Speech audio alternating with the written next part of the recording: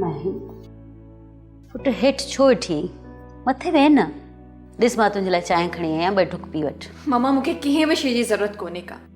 Please for God से हलिया वञो, मूंखे अकेलो छॾे ॾियो। माहिन माण्हू केसि ताईं न खाईंदो पीअंदो,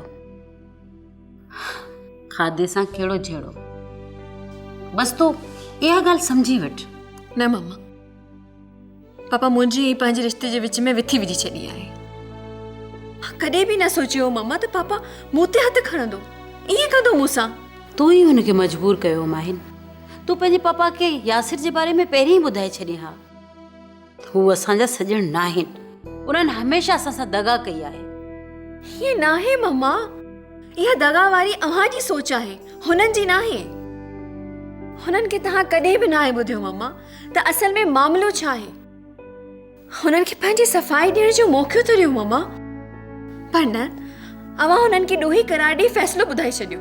उन्हनि अहिड़ो को बि रस्तो न छॾियो साइंस ॻाल्हाइण जो। मम्मा अव्हां बि त अचण वञण जा रस्ता सभु बंदि करे छॾिया हुआ। पोइ बि एॾनि सालनि खां पोइ मम्मा चाचा कुर्बान पाण हली आयो आहे पापा ॾे, सॼी मिल्कियत जा डॉक्यूमेंट्स खणी पंहिंजे पाण खे क्लियर करणु ऐं पैदा थियल जेका बि ग़लति फहमी आहे उहा ख़तमु करणु आयो आहे। पर पापा छा कयो मम्मा, तव्हांखे ख़बर आहे कुझु? माहिन पुट, ही वॾनि जूं ॻाल्हियूं आहिनि, तोखे हिन में न पवणु घुरिजे। छो न पवणु घुरिजे मम्मा, असांजा रत आहिनि, माइट आहिनि असांजा। इहो सभु कुझु तोखे यासिर जो पढ़ायल आहे, तॾहिं त तुंहिंजो पप्पा तो ते कावड़ थो करे। बसि मम्मा, इहा सॼी ॻाल्हि हिते ख़तमु था कयूं।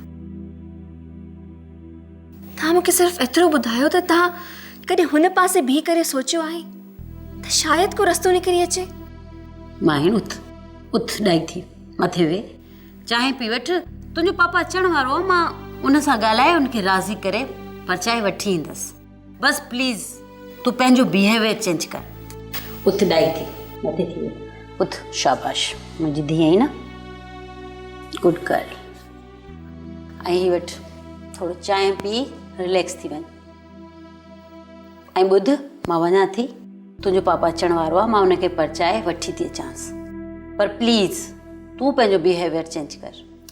मां प्लीज़ वञी पापा खे तव्हां ॿुधायो ऐं सम्झायो। ठीकु आहे।